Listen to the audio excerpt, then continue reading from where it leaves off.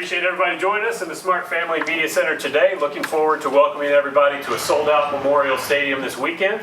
As a reminder for media in the room, applications for credentials remain open through noon on Wednesday. In addition, Stanford applications are open for the following game. Those will close the following Wednesday.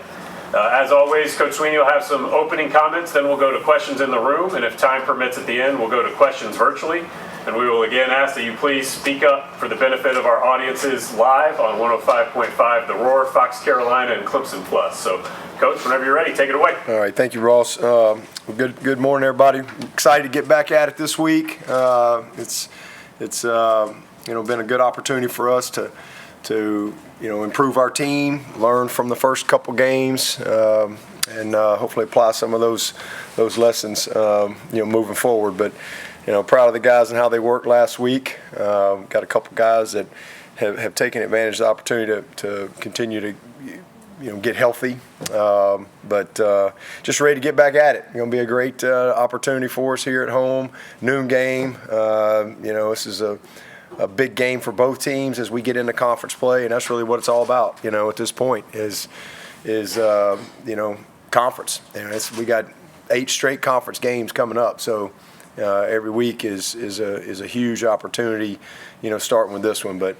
I know our crowd is going to show up. That was a great environment against App State, and I know they'll be eager to get back in the Valley and kick this thing off the right way. It's also Paul Journey week for us. This is a week that we take, kind of every day we have a little bit of a way to celebrate Paul Journey.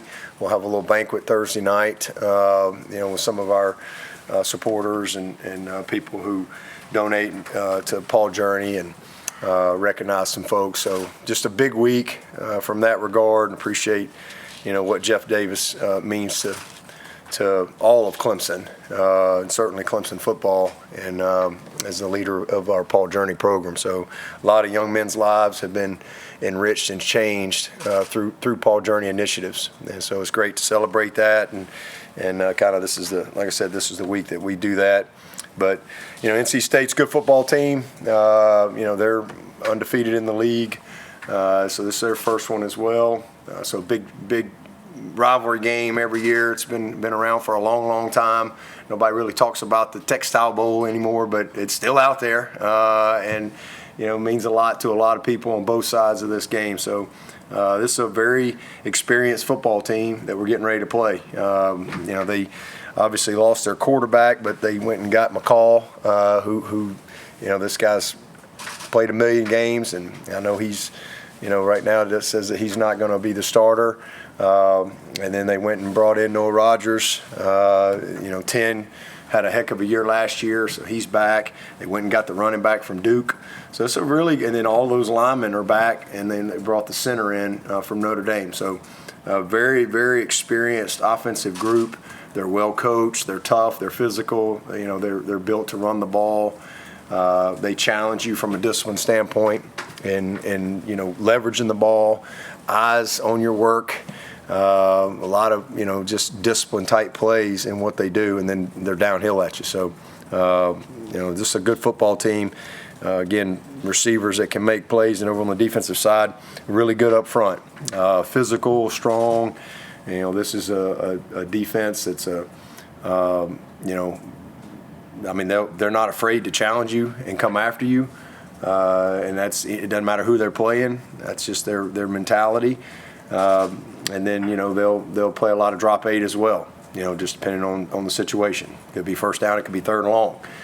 So they do a really good job, from a scheme standpoint, but really, really good football team.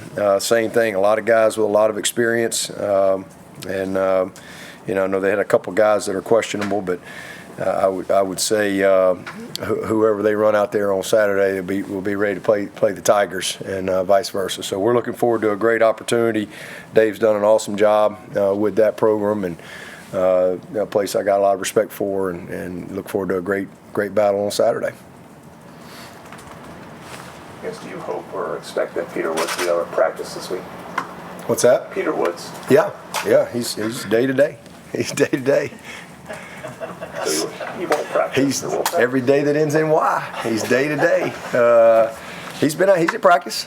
He hadn't missed one yet. He's out there every day, grinding and working. He stayed here all weekend, as a matter of fact, just to continue to work on his rehab. Do have some bad news, and we did lose Dietrich Pennington.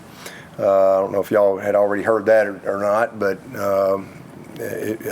maybe y'all put that out. I don't know. Nobody knew that? Wow. I didn't know that, but yeah, he's got to have his ACL repaired. He had kind of what they call it wasn't fully torn, but I think it's one of those deals. It's not going to heal back up, so they got to fix it. So really, I hate that for that kid. Hopefully, our plan is to get the year back so that he'll still have a couple years, and because he really was starting to come on, and just a setback for him. But he's in a good place and mentally and knows what he's got to do. But that's another tough loss for us for sure. So Caleb Nix had his surgery last week, as well as Kobe. So a couple tough breaks for us there. But hopefully some of these other guys will be getting back in here, full go as well soon. Was Dietrich the App State game when he got hurt? Yeah, he had kind of been swelled up on him, and then he just kind of somehow in that game he felt it again, and we just got him back and did the MRI and all that stuff, and it wasn't a full tear, but it's just they say they got to repair it anyway because of the type of injury. So hate that for him. I really do. That's a tough loss for us, but again, long term, we'll try to get the year back and see if we can reset with him. David Hovertiger, going back to NC State, Concepcion, Casey Concepcion, he is a dynamic playmaker. How do you cut? They line him up everywhere. Backfield, out wide, in the slot. They try to put him everywhere. They do, and I would say you'll probably see more of that this week. I mean, I would anticipate you might see him in some wildcat situation to try to create, some extra hats in the run game. A lot that they do with McCall. McCall he's a really good runner and a very, very willing runner and a smart runner. They've done that already in the past with 10. And I could see them, doing a little bit more of that. But they're just going to make sure. He's a dynamic player, so they're going to make sure he touches the ball and they move him around. So it's hard to just, really isolate on him. They move him around to try to create some mismatches and isolate him on what they think's better matchups. But they motion him all the time. They line him up everywhere. So he's a good football player, and they do a good job of getting him, touches. So you have to know where he is every single play. They're not going to come out of the game or many drives, if you will, without him being involved. So you better know where he is, and that doesn't mean they don't have other good players. They do. If the tight end's a good player, they got a couple good tight ends. They got a couple big receivers. Dakari's a good player, kid that we liked here, and he's a big, strong receiver. He's a guy. They brought in Noah, so they got good dudes. But it all starts with the run game for them. They're gonna challenge you from a physical standpoint in the run game, and then leveraging the ball. And obviously, how we did in that first game, with the two big plays we gave, just didn't leverage the ball outside in properly. They'll challenge that. So we got to do a good job there, but. And they do it different ways, whether it's the stretch, it's the boots, the swap boots, or it's all the jets that they have, where you really have to do a good job of containing the ball and turn everything back to your pursuit. How do you think that Sammy Brown and D. Creighton did in sort of their trial by fire, playing a lot of snaps against App, and how comfortable do you feel with one or both of those guys, with Kobe being out, sort of being trusted to play competitive snaps moving forward? Yeah, they're ready to go play. That's our job as coaches to help them be confident in what their job is, and if they're not confident with something, well, what are they confident with? And let's make sure we ask them to do that. I think that's just coaching. You got to, we always say we got to meet them where they are. And we can't just expect them to come to us or to where maybe another player is. So you have to be smart with where those guys are. They haven't played as much football as Barrett Carter, but I'm really encouraged. I think those guys have taken a ton of ownership. Wes has done a great job with them, and Dee and Sammy, they're ready to roll. So they're good players. They're talented guys, and they're talented young guys that are, their best football still in front of them for sure. So that's one of those positions you hopefully that, you stay a little healthy and you can keep your best guys healthy and bring those guys along. But they got to be ready to go play, and they will be. Is there any concern with the offensive line with Pennington going down and with Trent Howard? Is he back practicing? Trent's back. Yep. So we do have him back. So that's a positive. Again, he was one of those guys that the off week was good. So that's a huge shot in the arm for us, getting a real veteran guy back that can, snap and play guard for us. But we're fortunate, and again we've got more depth there than we've had in a while, and we've got some guys that bring a lot of versatility. Like for example, Sadler can play really anywhere, except center. He's not going to play center for us, but he could play 4 positions. Marcus Tate could pop in and play tackle, no problem. Harris and Trent give us some good depth and flexibility there as well. And then Elijah Thurman is a guy that's really a kid that I think is going to continue to just progress and be ready to help us. Did the bye week help Marcus too in terms of Yes. getting back to where he's back totally available? And Yeah, he's ready to roll. And again, he was available for App. We're there might have been in years past where like, hey man, you got to go, But when you got a guy like Sadler that's sitting there, there's no sense in having a guy out there that maybe isn't quite 100%. When you got a guy that is, so, but he's good. What impact has Matt Luke made on that group this year? Like, have you seen specific improvements or differences in that unit with him as coach this year that maybe you wouldn't have seen in the past? I think he's just done an awesome job in really developing the chemistry in the room and the.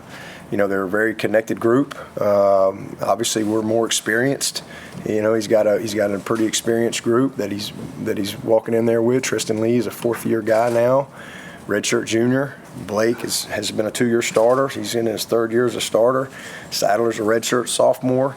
Trent's a 5th-year guy. Harris has started as a freshman. So I think it's a room that has more experience, and I just think that he's just done an awesome job, from a leadership standpoint, and really just his daily approach and how he goes about his business. I think it's been really, really good. Those kids have really bought into what he's asking them to do and how he wants them to play and how he wants them to practice.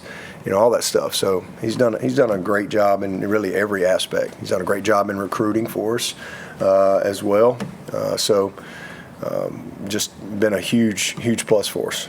We talk a lot about Cade's 2nd year with the offense and what that means for him. Is that a similar aspect for the offensive line when they've been in a part of the offensive scheme for an extra year that it just works better? Yeah, and there's no question. If you got talent, if you're talented, if you got some guys that are strong and big, and you got the ingredients, I think that's just natural that you get better with experience. And you see that.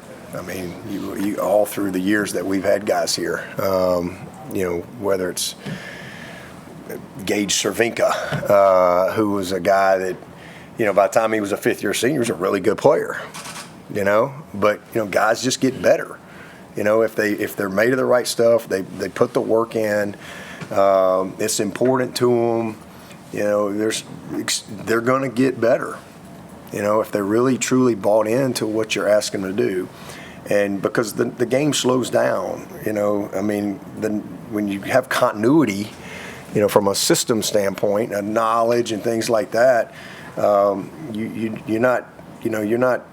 you've got the base stuff, and so now you're on it. You see things in a different light when you're a junior than you did as a freshman.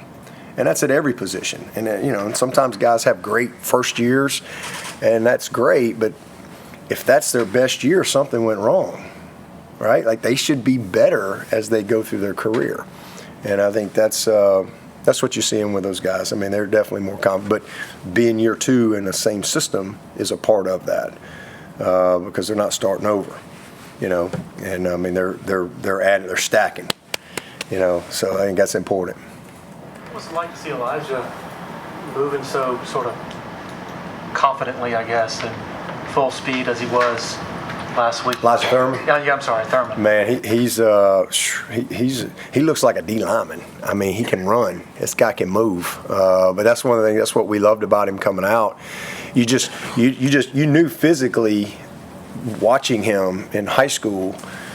Physically, he's going to be in position to help us, but you never know till you start coaching a guy. Will the mental part add up to match the physical part? Again, we see. I've had many times. Physically, the guy looks the part, but mentally, it's just going to take a little while, and then vice versa. I've seen guys that physically they're not ready, but mentally they're way beyond, and they help you. And so that's why you just never really know. You don't really make any decisions on guys until you can really start coaching kids and seeing where they are. And you don't want to, you try not to.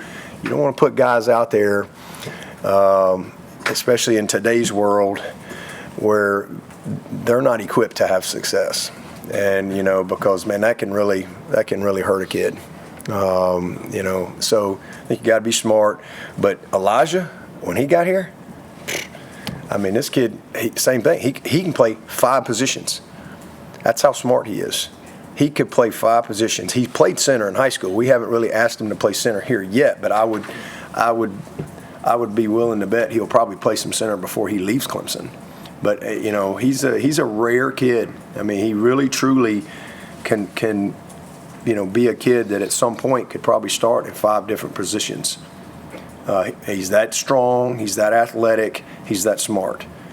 And so, we're really, really blessed to have a kid like him. And we don't have to have him start right now, He can be a guy that we can bring along and keep developing him, but he's going to really be a good football player.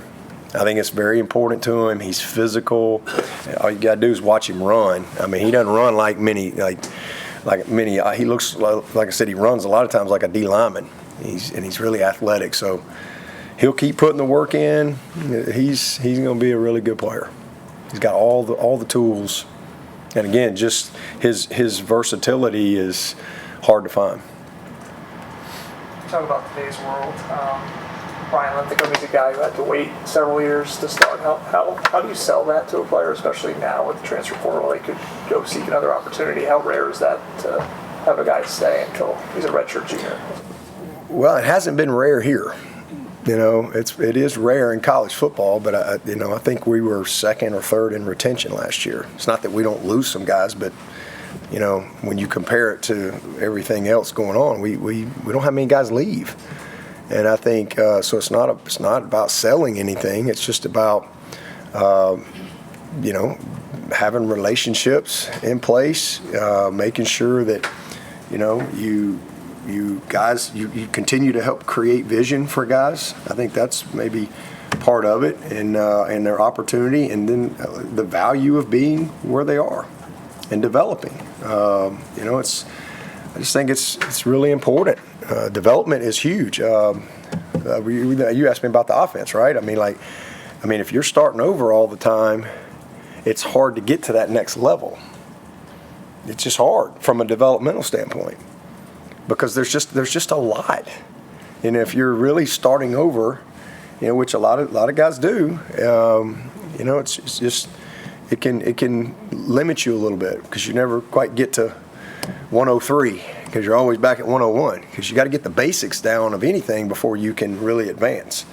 And football is a unique sport in that, we have a lot of things that we all call the same thing.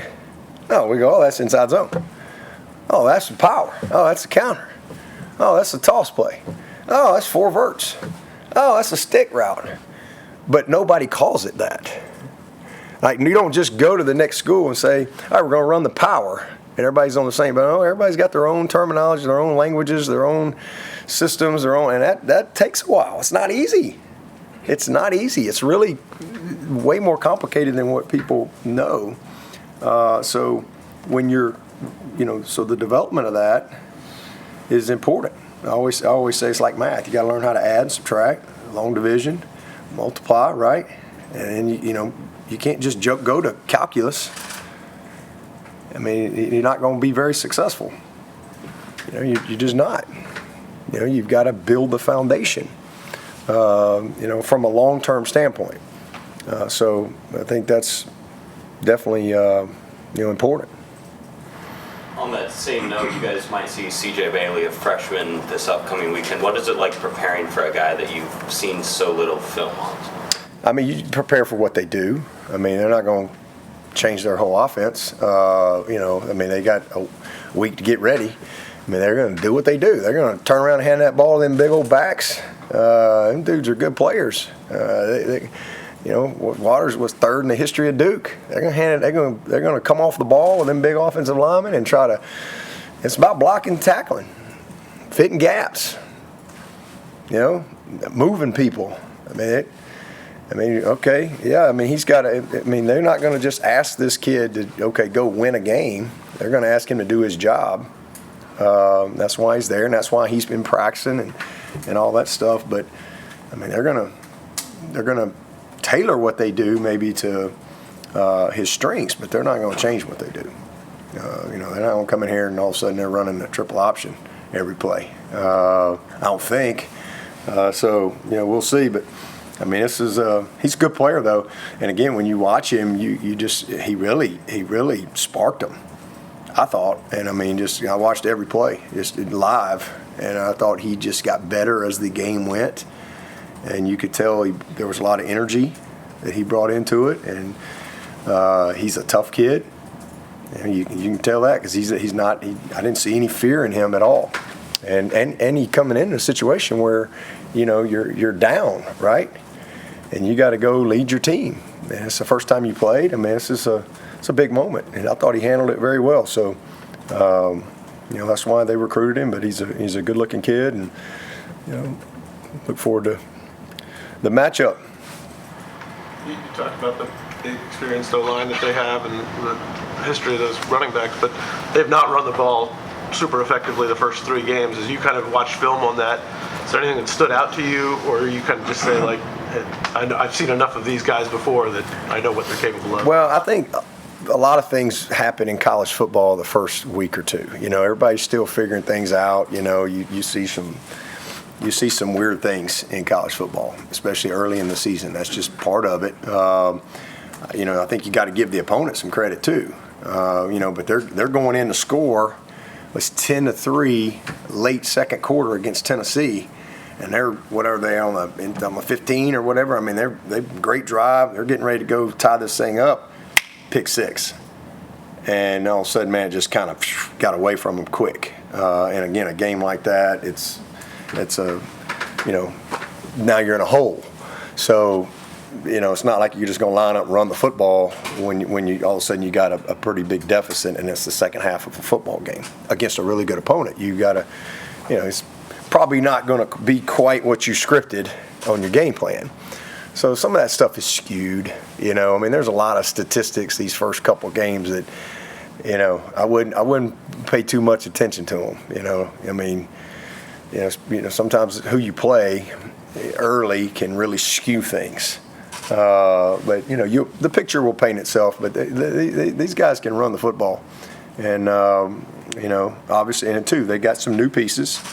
Really the center in there, but the backs, this is their first time playing there. Quarterback, McCall's first time playing and getting there. But, this is a team that'll be able to run the ball when it's all said and done. I mean, that's how they're built, and I don't have any. That's what they've always been able to do. And then they create explosives.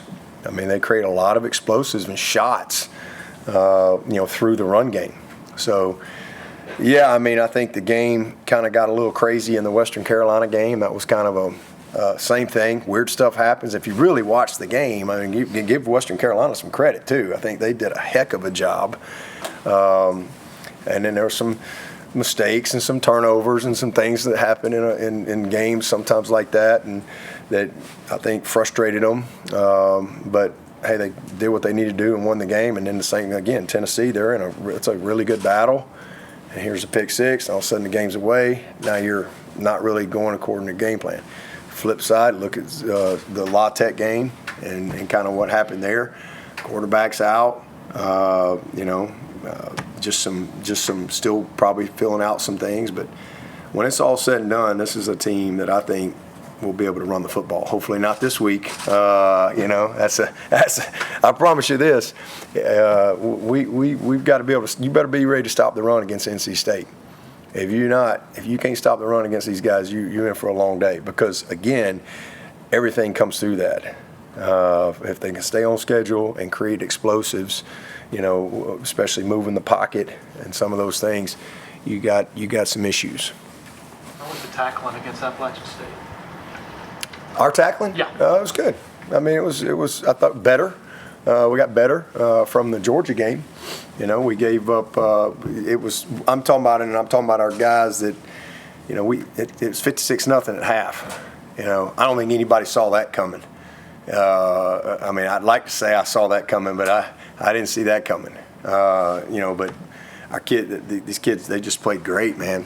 And just, here we went. And so now all of a sudden Peter Woods gets banged up. That's not a good press conference, right? You get some guys hurt and it's 56-0, and why are some of these guys in the game? It's easy on offense, right? Because you can just go out there and guys can play, you can punt. But on defense, when you sub a bunch of guys and you got some guys down there that have been over on the scout team all week, and now they're out there having to execute a game plan because the app isn't subbing, and now all of a sudden it can be a little frustrating. And because, all of a sudden your stats get jacked up, and, but they need to play too. They need to play. And so you need to coach them. And it was an opportunity, so you just have to kind of take a deep breath and not get too frustrated about it, and let those guys play. So some of those guys were better than others. There were some guys in there that maybe had a missed tackle or two that probably not going to play much, in some of these games, but it was an opportunity to get them in the game. Maybe it was even some walk-on guys. So, but I thought we did a good job in that first half with our first group. You've seen the 3-3-5 stack a bunch, the way they do it. What's the particular, problems they present, and then are there any differences in the way they attack that you see on film the first couple games? Well, first of all, them three guys up front they're explosive. They got a little twitch to them. They play violent. The backers, Zero's a heck of a player.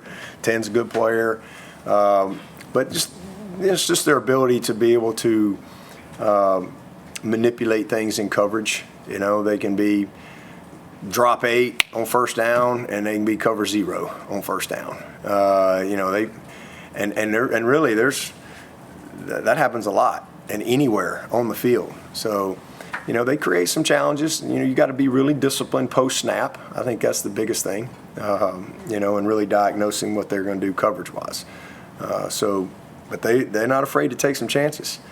They can bring a lot of pressure. A lot of twists, a lot of movement up front, and how they fit the gaps. With the second and third level players that they have.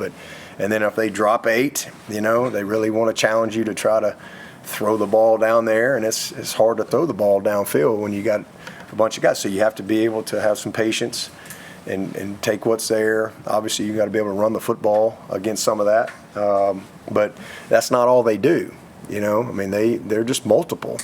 You hear 3-3-5 and you think, okay, well they're not just a big drop 8 team. they do a lot of that, but they're cloud, they're invert. It's straight cover 0.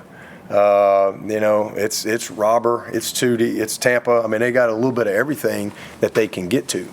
So I think really being schooled up post snap is critical on where to go with the ball in the pass game. But no different for them. For us, it starts being able to run the football.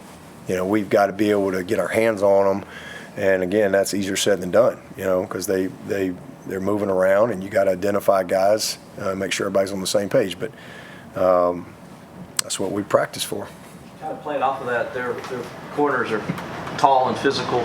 Kind of interested to see your, especially when they go cover zero, how your freshmen handle that this week. We're gonna find out because they're gonna do it. That's for sure. It don't matter who they play. They're not afraid to line up and challenge you. So this is a game where you got to make those competitive plays. And we didn't make enough on them last year. We made a couple. We had a huge missed opportunity on a third down that we should have had. And you watch that game. We missed some opportunities. We had a big play called back because we had a penalty. So I mean there was some missed opportunities, and but we battled back and gave ourselves a chance, but it wasn't enough. Pick six, another turnover. They're going to force you to make competitive plays, and to make those plays, you got to be where you're supposed to be. The ball's got to be accurate, and you got to protect. That's what it comes down to. Talk about this being a kind of underrated rivalry nationally. Does the fact that State's won 2 of the last 3 kind of give some extra juice maybe on the players' end? I guess there's probably some guys on the roster that are 1 and 2 against NC State since they. Yeah, that's fact. If they're a junior, that's what they are.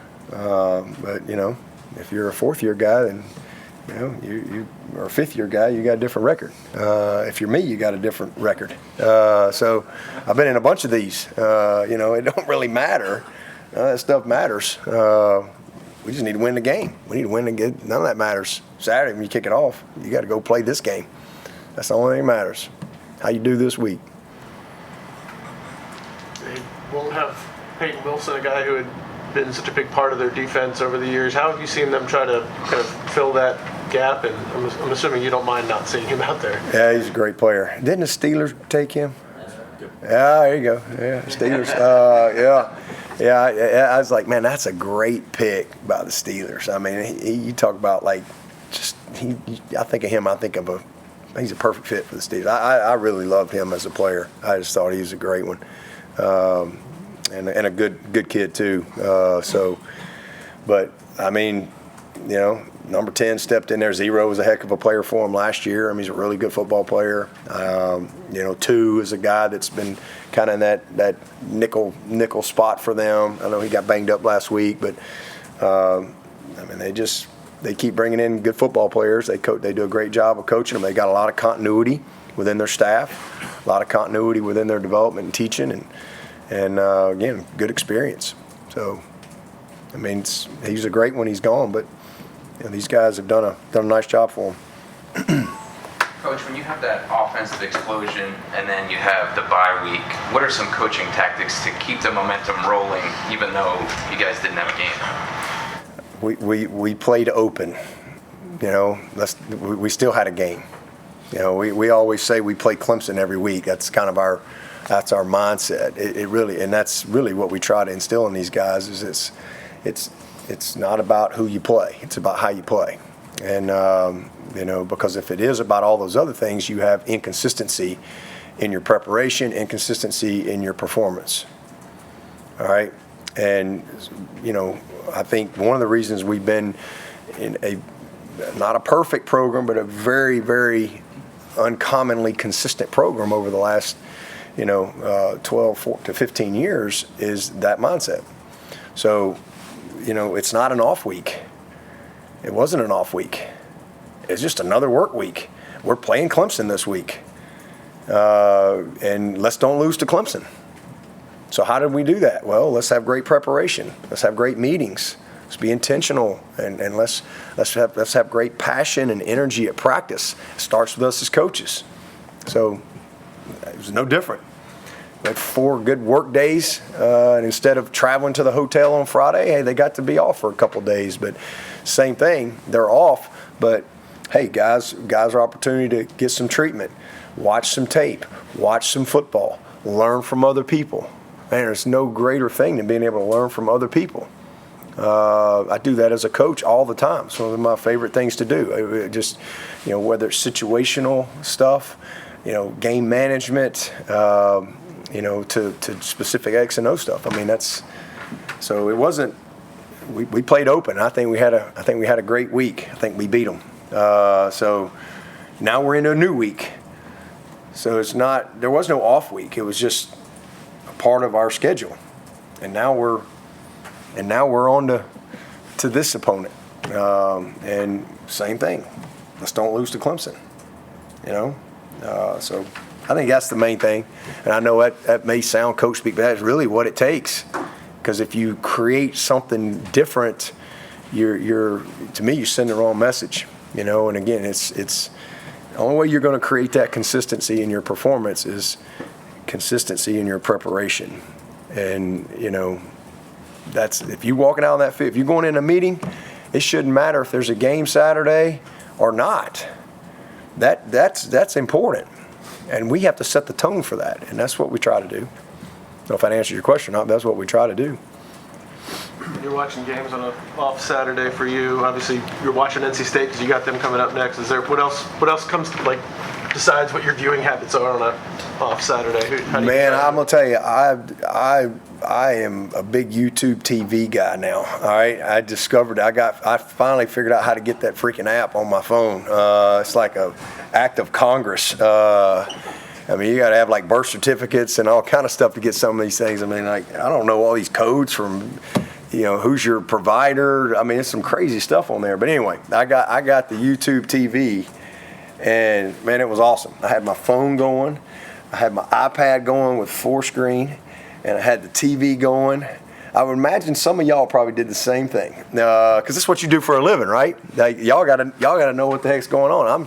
We had a lot of teams playing that we're going to play, and so that's really what I did all day. I just watched ball all day, and it was awesome, and just fun to watch.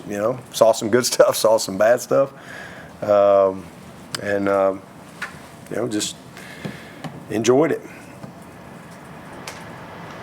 Talked about Brian Wesco and DJ Moore being able to learn some new positions. Is that just strictly flipping the outside, or they get some work in the slot too? We're just kind of pretty much they are learning their 2 spots right now. But formationally, they can move, but that's a part of their position.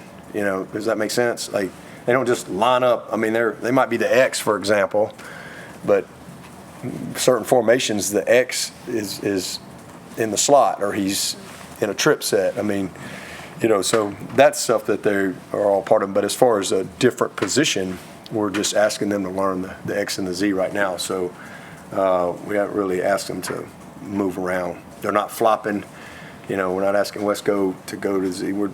That's just kind of where they are right now. But again, formationally, we can scheme them up wherever we want them. But over time, you'll eventually they'll be able to. I think play multiple positions. I think TJ, he could definitely play all 3 positions at some point. He's not ready for that right now, but at some point he will be.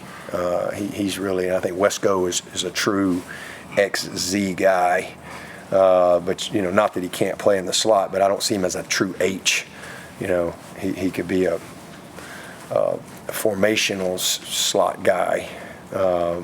Play design, stuff like that. But he's and same thing with TJ.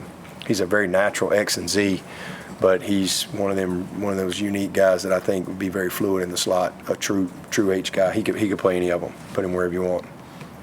At some point. Antonio still plays in slot? He can play anywhere. Yeah. He can play all 3 spots. That's kind of how I see TJ in time. Just play anywhere that you need him to play. Antonio can do that. How does Tyler Venables missing the first half kind of impact the defense and the safety positions for Saturday's game? So you got one of your, he's a key depth guy, key contributor for us, very knowledgeable player that all of a sudden, you hope that you can hold up in the first half, and guys can stay healthy and stuff, and you don't need him. That's because again, he's a guy that can go play, and then obviously it impacts us on special teams. But it is what it is. We have to be ready for it. What have you seen from the running back rotation behind the film off, particularly on what the film said about App State? not much of a rotation at this point, just because we played 2 games, and the Georgia game was. I mean, there wasn't. I watched the Eagles play last night. I didn't see much of a rotation. I saw them hand that ball to Saquon Barkley and throw it over there. So, we got in the Georgia game and we only had 52 snaps, so there wasn't much of a rotation to where we felt like we needed to get Phil out a lot.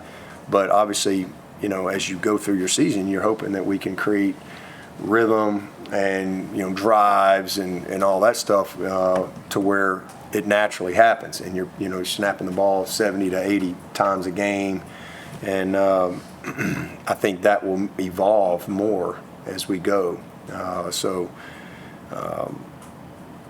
Pleased with those guys. I mean, I thought Jay Haynes got in there and he averaged, I want to say it was like 9, almost 10 yards a carry, and Easy E did a great job. They all got some opportunity, and so and they took advantage of it. So it's good to see. We feel we really like our guys that we have in that room. So, but it all starts with Phil, and we'll make sure he gets what he needs, and then we'll see how they roll from there. Speaking of Phil, I think one of the players said that he went over 20 miles per hour on that 83-yard carry. Were you surprised to see him break that 20-mile-per-hour barrier? I was not, man. He can run. People don't really know how fast he is. He's a 230-pound guy. I mean, he can move, and he got the great thing about that is he got stronger. He's got some long speed, an ability to really finish a long run. That's not easy to do, but he gets stronger as he goes. Same thing in a game, he gets better as he goes. But when he gets out in that open field, man, you better get him quick, because he's not gonna steady out. I mean, he's gonna accelerate and keep it going all the way through. I mean, he's just very powerful. But he really practices that way. If you watch him at practice, I mean, anytime he runs at practice, that's what he does. He finishes long runs. He runs. If we're backed up, if we got the ball on the 20 or whatever, we're working on a team period or something, and he'll run. He'll sprint all the way to the goal line. So he practices those long runs.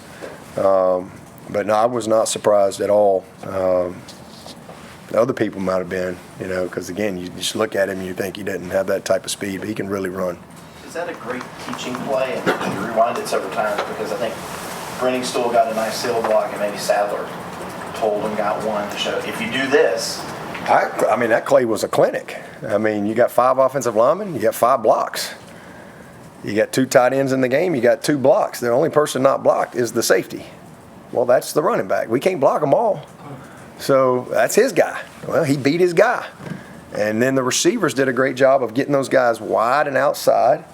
And then, I think Wesco stayed inside. And then they gave great effort getting down the field to try to give him a little escort, if you will. But everybody was blocked. But that's what you draw up. Like, that's when you do a play, you're like, okay, well, we're going to block this guy, we're going to block that guy, and it's a beautiful thing when you see it come to fruition like that. It was awesome. And we can't block the safety, so Phil, you got him. And I mean, it was that's the way every play should work. Every play's designed to score, theoretically. But that one worked. A lot of them worked. In that game, so we need a little more of that. Richmond Weaver, Tiger Tailgate Show. NIL and transfer portal is obviously a focal point in college athletics today, but you seem to continue to emphasize Paul Journey. Why is that so unique, and why you continue to emphasize Paul Journey? I mean, it's just a foundational piece to this program, to the purpose of this program. The number one thing is graduation.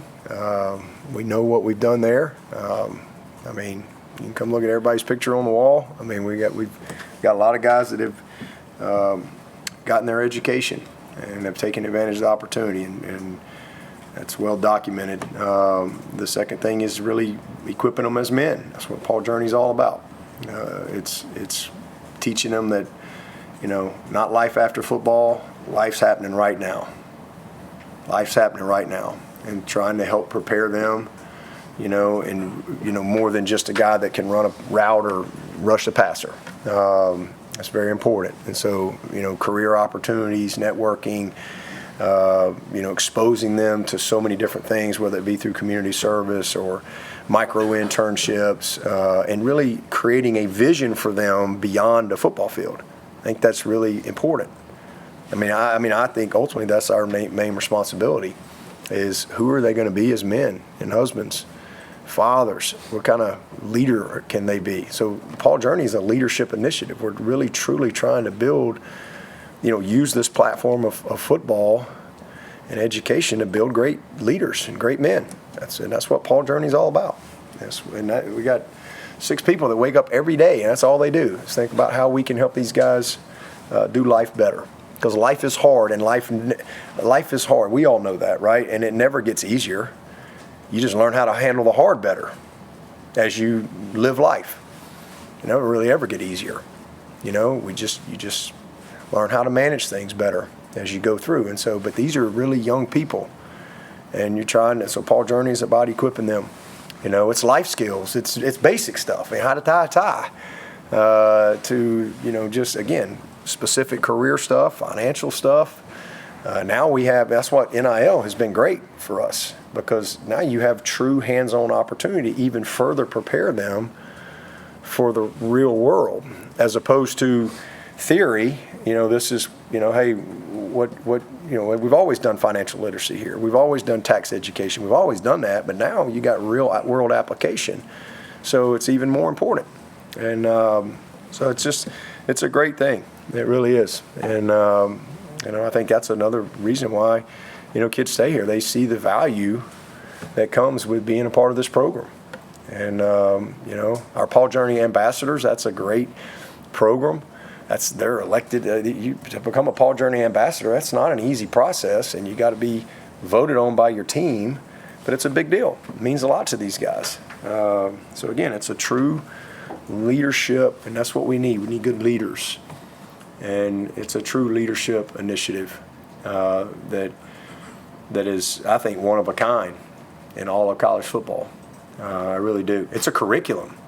It's what you do as a freshman. It's what you do as a sophomore. It's what you do as a junior. It's what you do as a senior. This is what we do collectively as a team.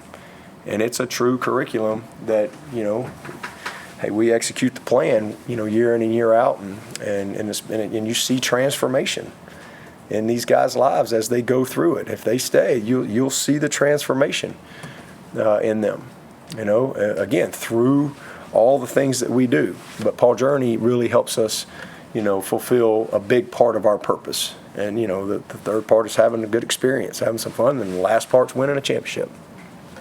And we've fulfilled that purpose, for 16 years now. And again, everybody that's come here since I've been here has won a championship. Everybody except last year's freshman. That's it. Obviously, this guy right here just got here, but everybody has won a championship since that came here, since February of 2009. And so we've not. The world changed, but the purpose hasn't changed. How you go about fulfilling that that's always evolving, but we still live it out every day. And Paul Journey is. And it's really special. Doing an awesome job. And Jeff is great, man. He just does such a great job, with those players. And so does Joel. Josh Watson's back now, doing our career development side, and Anton and Kayla, Chris Miller. We got a great group over there that work with our players. Got time for one more for Coach, if anybody has one. You got an update on Tyler Brown and how he played this weekend? Yeah, he's out there yesterday. Same thing, day to day, getting better every day. And we'll see how it goes Saturday. All right. Okay, Thanks, appreciate Coach. it. Thanks. Wes Goodwin will be joining us momentarily.